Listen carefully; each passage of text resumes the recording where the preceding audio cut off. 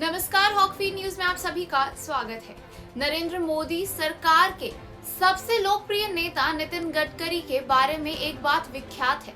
वह जिस शिद्दत से काम करते हैं, ऐसा लगता है कि विकास का जो सफर नरेंद्र मोदी ने तय करने का सुनिश्चित किया है, वह सफर वो अकेले तय करना चाहते हैं। दूसरी बात जो उन्हें लोकप्रिय बनाती है वो ये है कि वह जुबान के पक्के हैं। अब उनका अगला महाअभियान दुनिया में भारत के ऑटोमोबाइल क्षेत्र को सबसे बड़ा बनाना है। इसके लिए वह सुनिश्चित कर रहे हैं कि भारत में जो भी कमियां हैं वो जल्द से जल्द दूर हो जाएं। इसके संदर्भ में मोदी सरकार में सड़क परिवहन और राजमार्ग मंत्री नितिन गडकरी ने ब्लूप्रिंट तैयार करके सबको बताया। नितिन गडकरी एक वाहन स्क्रैपिंग और रिसाइकलिंग इकाई का उद्घाटन करने के लिए नोएडा में मौजूद पहुंचे।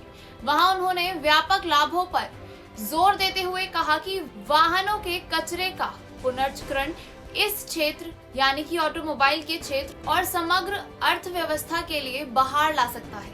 सड़क परिवहन और राजमार्ग मंत्री नितिन गडकरी ने आगे कहा कि भारत को वैश्विक विनिर्माण केंद्र में बदलने के लिए केंद्र सरकार ने 2026 तक ऑटोमोबाइल क्षेत्र के वार्षिक कारोबार को दोगुना करके 15 लाख करोड़ रुपए करने का महत्वाकांक्षी लक्ष्य रखा है। वर्तमान में देश में ऑटोमोबाइल क्षेत्र का वार्षिक कारोबार 7.5 लाख करोड़ रुपए है, जिसमें 3 लाख करोड़ रुपए का निर्यात शामिल है। लेकिन वाहन स्क्रैपेज और रिसाइकलिंग के विस्तार से लंबे समय में इनपुट लागत को कम करने और स्थानीय उद्योग को वैश्विक बाजारों में अधिक प्रतिस्पर्धी बनाने की अपार संभावनाएं हैं। नितिन गडकरी ने अपने वक्तव्य में कहा, सरकार द्वारा शुरू की गई स्क्रैपेज नीति भारतीय ऑटोमोबाइल क्षेत्र को अंतर्राष्ट्रीय बाजार में और अधिक प्रतिस्पर्धी बना देगी, क्योंकि सभी प्रमुख कच्ची धातुओं का अंततः पुनर्विनीकरण किया जाएगा। इसके परिणाम स्वरूप सामग्री लागत में कमी आएगी। स्टील, तांबा, एल्यूमीनियम, प्लास्टिक और रबर जैसे कच्चे माल की लागत में कमी आएगी।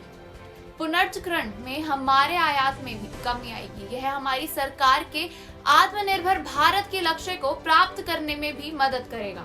आपको बताते चले कि इस समय ऑटो निर्माताओं को रिकॉर्ड उच्च सामग्री लागत का सामना करना पड़ रहा है, जो उन्हें कीमतों के में बार बार वृद्धि करने के लिए मजबूर कर रहा है।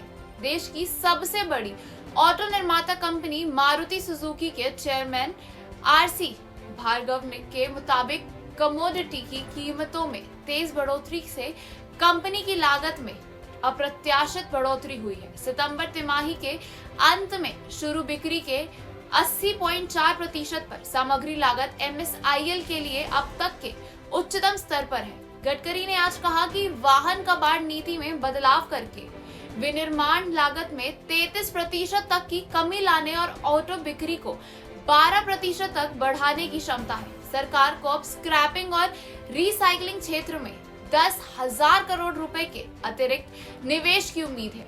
अगले 2 वर्षों के भीतर मुझे विश्वास है कि भारत में 200 से 300 नई स्क्रैपिंग और रिसाइकलिंग सुविधाएं होंगी। हमारा लक्ष्य हर जिले में ऐसे 3-4 केंद्र विकसित करना है। इससे न केवल 2 लाख नौकरियां पैदा होंगी, बल्कि वाहनों की बिक्री से 40,000 करोड़ रुपए का अतिरिक्त GST संग्रह भी होगा। गौरतलब है कि भारत में फोर्ड कंपनी साल 1990 में आई थी। अपने 20 साल में फोर्ड ने भारतीय मार्केट में अपनी पकड़ मजबूत नहीं की और उसे भारी घाटा सहना पड़ा था, जिसके बाद कंपनी को भारत से वापस लौटना पड़ा। वहीं जनरल मोटर्स को भी घाटे के चलते भारत से वापस जाना पड़ा था। अब जब भारत के ऑटोमोबाइल क्षेत्र में इतना बड़ा बदलाव हो रहा है, तब जनरल मोटर्स और फोर्ड जैसी कंपनियों को इसका सबसे ज्यादा नुकसान होगा, क्योंकि जिस बाजार को वह गरीब समझकर छोड़कर चले गए, अब वो विश्व का सबसे बड़ा विनिर्माण केंद्र बनने जा रहा है।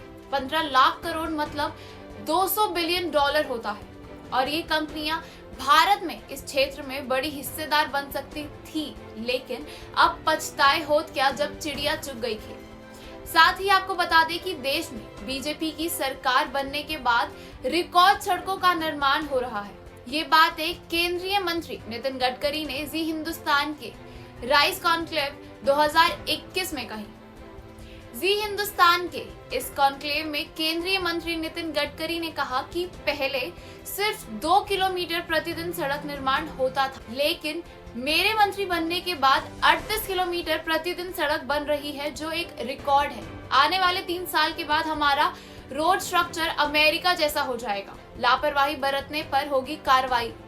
केंद्रीय मंत्री ने एक सवाल के जवाब में कहा कि अधिकारियों और इंजीनियर्स के से बुलडोजर चलाने के पीछे नाराजगी नहीं, बल्कि चेतावनी दी थी कि अधिकारी पैसे का व्यय अनावश्यक करते हैं तो उन पर कार्रवाई होगी। प्रदूषण खत्म करने पर कोशिश जारी।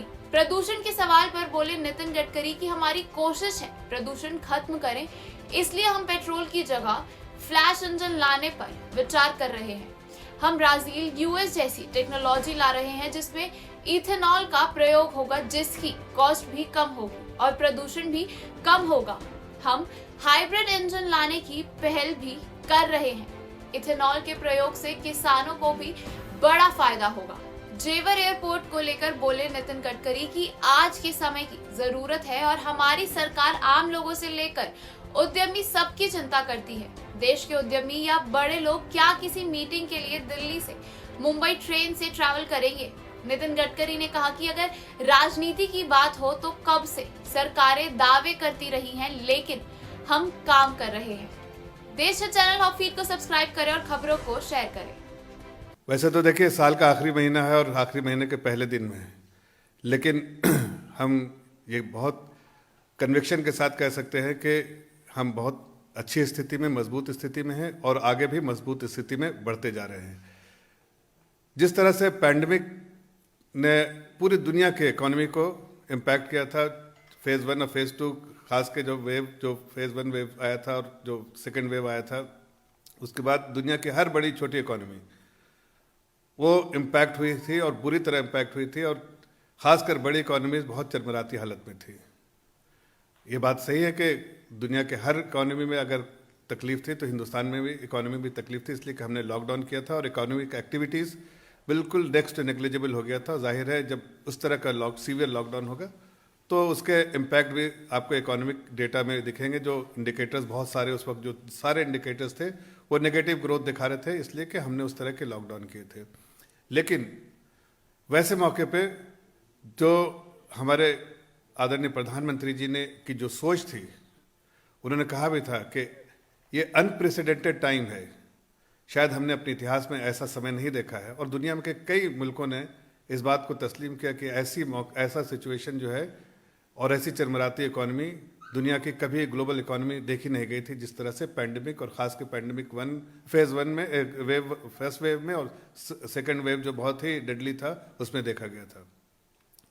लेकिन जिस तरह से हमारी सरकार ने टैकल किया, जिस तरह से हमारी सरकार ने पॉलिसी मेजर्स लिए, जिस तरह से हमारी सरकार ने इस एडवर्सिटी को अपॉर्चुनिटी में कन्वर्ट किया, बहुत सारे जो है इम्पॉर्टेंट जो डिसीजन जो है पॉलिसी मेजर्स लिए, और इसलिए कि एक्स्ट्राऑर्डिनरी टाइम था, और एक्स्ट्राऑर्डिनरी टाइम में, एक्स्ट्राऑर्डिनरी सिचुएशन में आप एक्स्ट्राऑर्डिनरी एक अच्छे लीडर की पहचान होती है कि एक्स्ट्राऑर्डिनरी जो डिसीजन जो है मेकिंग एबिलिटी जो होती है